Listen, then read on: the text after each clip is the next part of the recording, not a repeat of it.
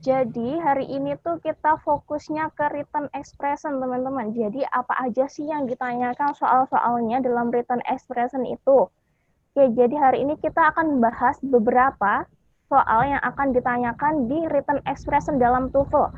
Yang pertama itu ada problem with subject verb agreement. Jadi masalah-masalah yang berhubungan dengan subject verb agreement.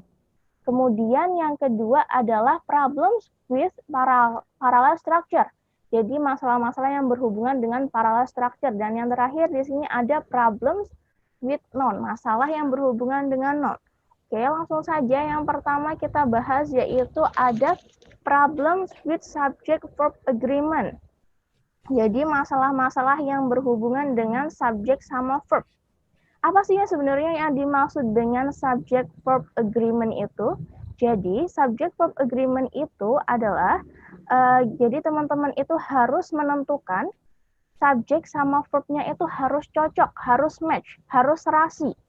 Yang mana kalau seumpamanya nih subjeknya itu dalam bentuk singular, nanti verbnya juga harus dalam bentuk singular.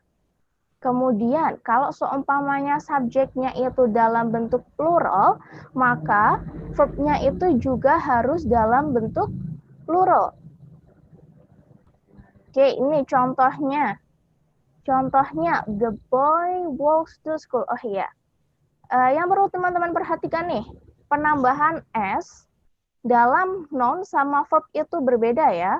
Kalau penambahan s dalam noun itu nanti mengartikan bahwasanya dia itu jamak, plural. Tapi kalau seumpamanya penambahan s di dalam verb itu nanti menandakan bahwasanya verbnya itu digunakan untuk subjek yang singular. Oke, contoh nih ya.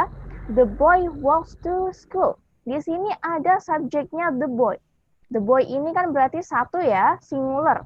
Maka di sini verbnya juga begitu. Verbnya juga harus dalam bentuk singular. Jadi verbnya walks di sini harus ditambah s. Itu. Kemudian contoh yang kedua, the boys walk to school. Di sini subjeknya adalah the boys. Karena subjeknya dalam bentuk plural nih, makanya verbnya juga dalam bentuk plural, walk, tanpa ada s-nya.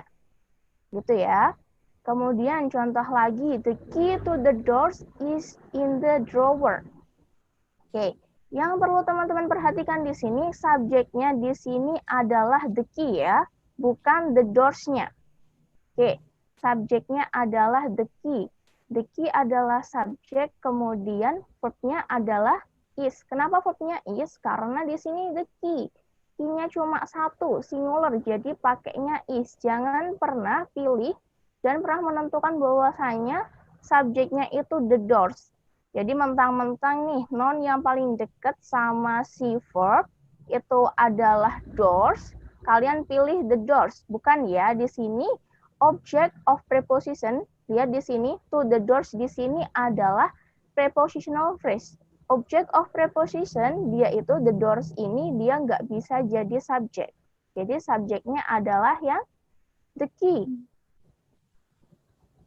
Ini subjek, kemudian verbnya. Ini verbnya.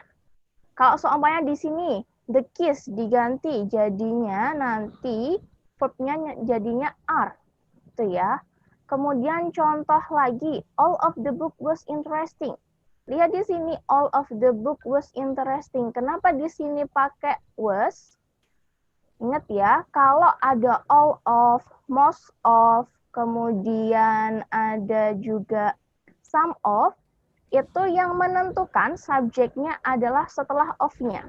Karena di sini, setelah all of di sini adalah the book, nih, the book, dia adalah singular, makanya dia dalam bentuk subjeknya adalah the books. Di sini verbnya makanya dia pakainya was. Kalau di sini setelah of, di sini pakainya books, nanti jadinya di sininya were. Gitu ya.